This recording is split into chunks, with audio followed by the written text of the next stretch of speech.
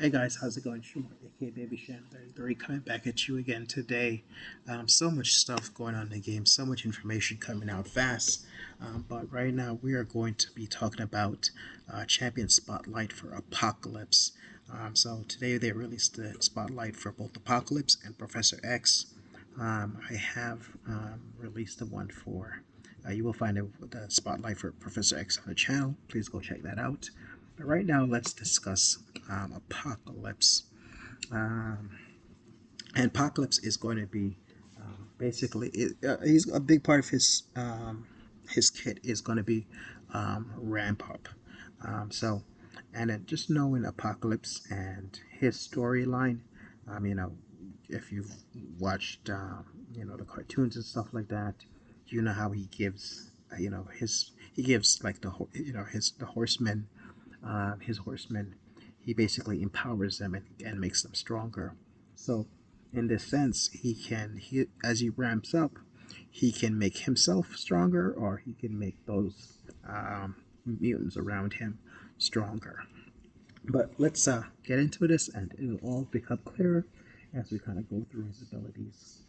Um, so he's going to have these genetic codes, and as he wins fight, genetic codes increases, and then he can basically, like I said, empower himself or through pre pre-fight abilities. He can empower any mutant teammate in combat. Um, he's all about big special attacks, special 1 and 2, trigger debuff based on the last attack landed. These debuffs can be converted into enhanced versions with a special 3. Um, and then for his awakened ability, um, whenever he doesn't participate in a fight, he enters a deep slumber, allowing him to regenerate health based on how many fights his team wins while he slumbers. But we'll get into that. And as for his base stats, not too bad at all. For 6-star, you'll see that his prestige is going to be 13,690. Not bottom barrel, not the tippy top, but very respectable. Character class mutant. Mutant, of course, it's going to be base abilities are going to be bleed, weakness, poison, concussion, degeneration. So from his just look of it, he's banking a lot on being able to place debuffs on the opponent. His strengths are going to be preventing Purify Abilities, so Apocalypse reduces the opponent's Purify Abilities accuracy by 100%. So in most matchups against difficult Purify champions, nodes such as Kingpin, Korg, and Moleman who can shrug off debuffs, like, with Korg, he can shrug off as long as he has rock shields up, he can shrug off your parry stun, and that adds a rock shield to him. Going up against Apocalypse, he won't have that ability, so really nice. Might just be a counter for Masochism, but we'll have to see. Fighting mutant opponents. When fighting mutants, Apocalypse special attacks will be more impactful and allow him to ramp up his genetic code much faster. Prevent evade. Chance to bypass evade by 10% for the rest of the quest as the opponent evades. Like I said, that's interesting, but like I said, does that go up by 10% every time that the opponent evades? Just have to see how potent that is and test it out. And he has the ability to enhance any mutant, so awesome. Weakness is going to be against robots, and I'm assuming that's going to be because he can't. One, robots don't give him any genetic code, and then of course, most robots are going to be immune to a lot of his debuffs, so that's going to be a bad matchup for him. Also bad is going to be stun immune and block penetration. Apocalypse needs to land a decent amount of heavy attacks while he balances his debuffs before locking them in with a special 3.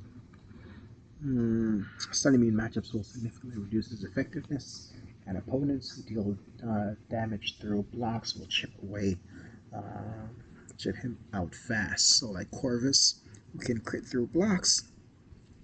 I'm assuming he has low block proficiency, which That's going to kind of suck. But considering how powerful Apocalypse is, I would hope they would have given him decent block proficiency. Poison degeneration and debuff immune, of course, that goes without saying. And then ramp time, unless Apocalypse fights a mutant, it can take quite a few fights before he builds up all his genetic codes. Okay. Following stats and abilities are based on rank 5, level 565, 5-star champ. So, ability is genetic enhanced, maxed. So those genetic enhancements, max 4 stacks. Start to fight. Start each quest with 1 persistent genetic code. It comes 2 if defending and 3 if defending as a final boss.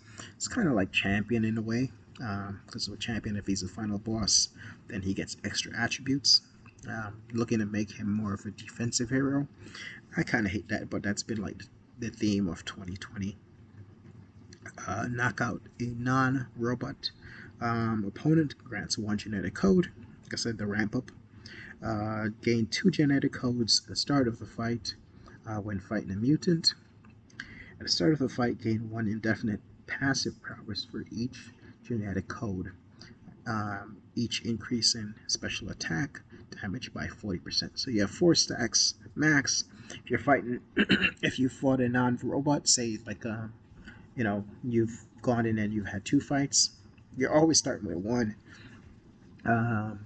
So if you've beat two non-robot opponents, then you're going to have 3. If you go up against a mutant for the next one, you'll automatically get another one, and you should be at 4. Max stacks are 4. That will also mean that your special attack damage, you'll get 4 passive prowess. So your special attack damage will be increased by 160%. Just to kind of break it down that way for you guys. At 3 plus genetic codes become stun immune while striking. So if you're hitting, so you're dashing in with a medium or something like that, can't be parry stunned, which also suck. Fighting him on defense. So basically, you want to one-shot this guy, and you definitely don't want to fight him using a mutant hero. Because basically he will go right to, he starts at 1, he's going to go to 3 right away. And actually, when he's on defense, he starts with 2. If he's defending, he starts with 2, so he goes right to 4 if you fight him with a mutant hero. So you definitely want to use a tech when fighting him.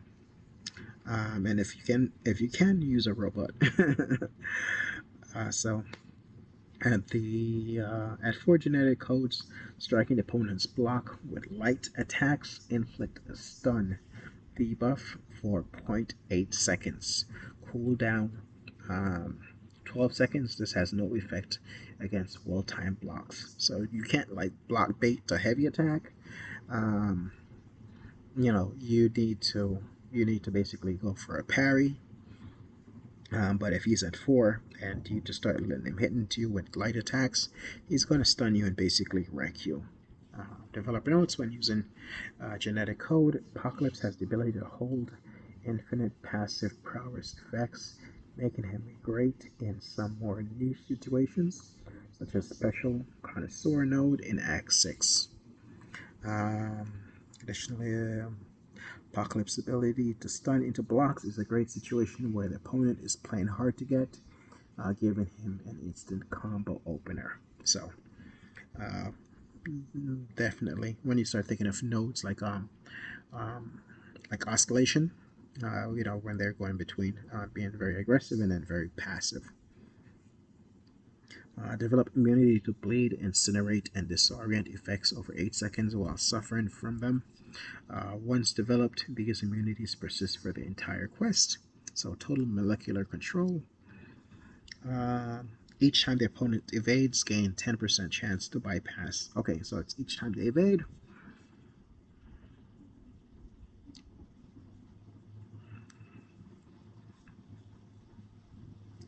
And so that's good. And then that goes from one fight to another fight. So if you're going up against, in a lane, if you're taking a path and it's like, all evade heroes, like, you're fighting, say, the first fight is against like a Spider-Man, you'll basically build that up to 100% in no time. Purify abilities, accuracy reduction. So it means that unless the opponent facing Apocalypse has some way to increase their chance to trigger Purify, so they did say 100%, and Kabam does this intentionally when they say, hey, they have a 100% chance to, ability accuracy. They will have some nodes where it's like, 150% chance or 200% chance. So that just kind of gives them their own little out when it comes to that. Um, but Yep, so move on. Heavy attacks. Both hits. So two hits, inflict bleed, dealing 797.65 direct damage over 7 seconds. Refresh personal weakness, poison, concussion, and degeneration effects on the opponents.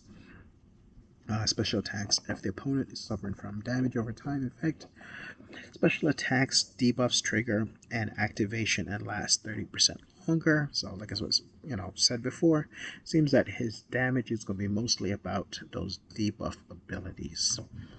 Each hit deals a burst of 615 physical damage for personal weakness, poison, concussion, or degeneration on the opponent. So it's all about putting those debuffs on the opponent, and then going in and using those special attacks. Special attacks. Develop a note on attack. Apocalypse can chain his heavy into a special attack to inflict bleed and thus gain a bonus duration. So because it's two hits, you can basically, first hit of the heavy makes contact, then you just launch your special and kind of chain it on that way. Similar to using Sunspot, charging this heavy to take the incinerates back on you. You use the heavy attack, you get that first hit, and then you chain on to special one to build up your solar flares. Or you can even do it with special 2, releasing that crazy amount of damage with Sunspot. But similar to that, special 1, inflict a debuff determined by the last light or medium attack thrown. If fight a mutant or if Apocalypse has 4 genetic codes, trigger both. Light attacks inflict a non-stacking weakness, reducing attack rating by 25% for 25 seconds. So that is a very long weakness. Weakness debuff.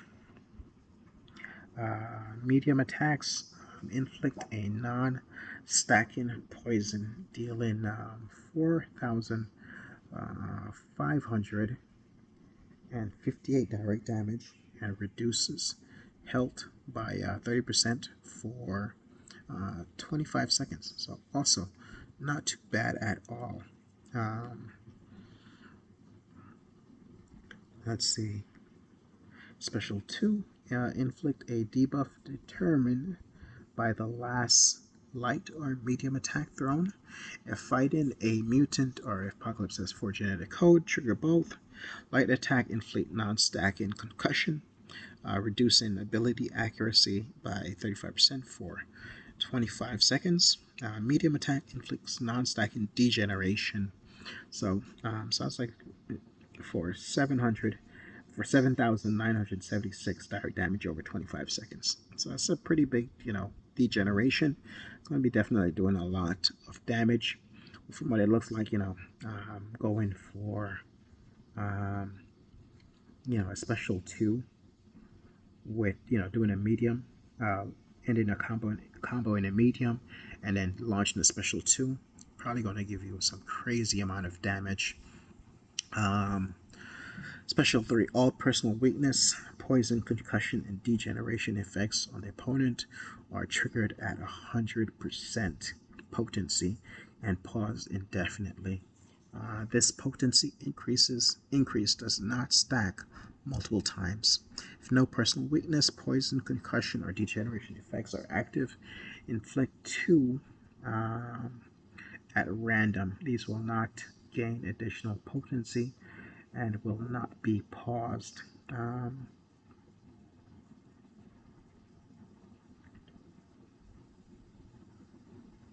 So that's pretty interesting. Um, I mean, if you can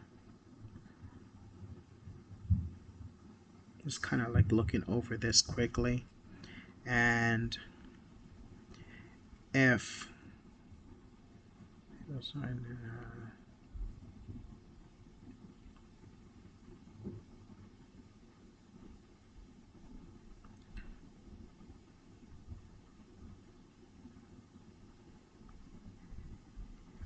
so yeah, you probably don't want to. If you can use a special tool, with like landing that degeneration for 25 seconds. I mean, if you're using some kind of like power gain team or something like that, and you can get through a special three, like you can do some crazy amount of damage. Um, just trying to see if there's a way to, I guess, refresh.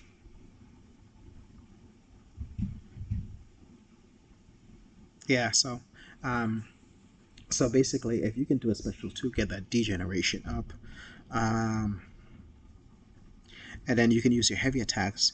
You can refresh and keep those up, like the weakness, poison, concussion, and degeneration effects up on your opponent.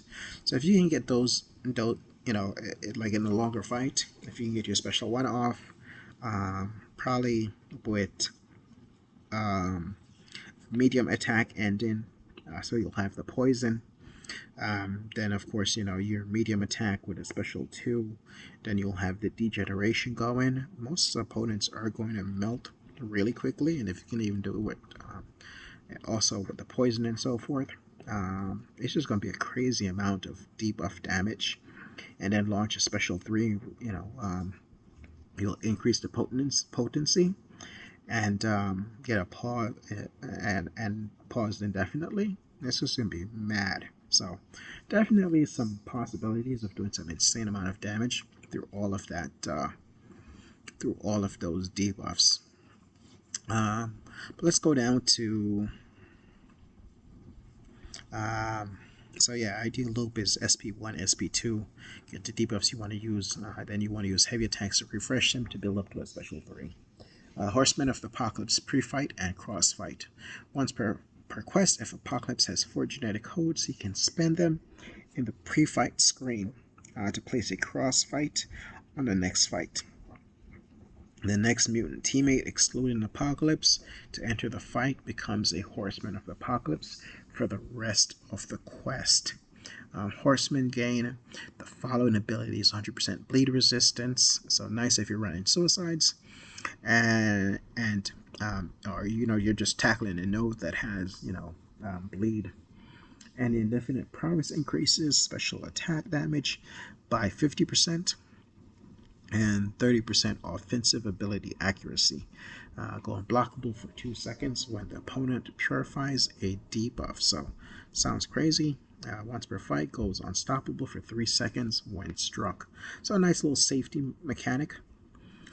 Signature ability, Survival of the Fittest. When Apocalypse doesn't participate in a fight, he enters his rejuvenation chamber to slumber. Um, Something else, if you read the comics or you just know the backstory of Apocalypse, definitely makes sense. At the start of the next fight, he regenerates 3,749 health for each fight his teammates won while he slumbered. This can be stacked up to 2 times. So that's pretty cool. So if you do a fight, if you have a fight with him and um, you have to, like the next 2 fights, whatever, you take a few hits, but you're not using him for like the next 2 fights. He just basically rejuvenates, and then on that 4th fight, when you bring him back in, hey, you've regained almost 8K in health. So a really nice Like I said, it's nothing.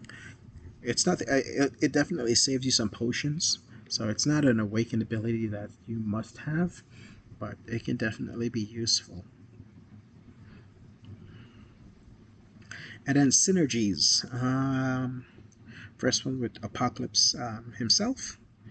So gain 15% attack rating for each mutant on the team, excluding himself. So, awesome. Your fate is mine with Kang, Mr. Sinister, and Cable. Apocalypse starts to fight Wit in a quest with maximum genetic codes. That's actually pretty good. Um, yeah, that's pretty good. Kang every 4 seconds. Kang gains an indefinite Fury buff, granting 20% attack rating. This rating ends when reaching 20 stacks of Fury. That's going to be crazy for Kang. Makes basically what Kang is just a trophy champ. That should make him just really insane with damage. Mr. Sinister degeneration debuffs gain 50% potency. Nice. Cable incinerate debuffs gain 150% potency. Additionally, heavy attacks now inflict degeneration on each hit, and their stack limit is removed. Wow. Nothing. Well, it's nothing crazy, but that's not too. That's definitely helps Cable. He could use help. He could use help. Bringer of Death 1 with Psylocke. So Psylocke is a horseman. Psylocke basic attacks have 30% chance to grant a Psy charge. If the champion is a horseman of Apocalypse, gain 50% critical damage rating. So that's definitely going to help her. And 30% attack rating when striking an opponent at 0 power. So with her ability to drain power, that should be interesting. Bringer of Death 2 with Gambit, second horseman. Gambit, each time a kinetic charge is gained, there is a 70% chance to gain an additional one with a 0.8 second cooldown. Whatever, that's not that great. Champion is a horseman. Apocalypse, each kinetic charge grants 10% perfect block chance up to max 100%. That's not great. It's okay. Bringer of Death 3, Wolverine. Wolverine personal bleeds have a chance based on crit rating to be critical bleeds, dealing damage based on crit damage rating. Okay. Make his bleeds even better. Horseman of Apocalypse gain 30% critical rating and 40% damage rating. Nice. Bringer of Death 4, Archangel. But boy, each hit of a heavy attack into a stunned opponent has a 10% chance to pause all neurotoxins for 3 seconds. Okay, some chance to do some more damage. It's not too bad. If champion is a horseman, Apocalypse neurotoxin stun duration is increased by 30%. Okay. Impending Storm. Storm, each hit of a heavy attack into a shocked opponent has a 60% chance to inflict an additional shock debuff, dealing 90% of modified attack over 8 seconds.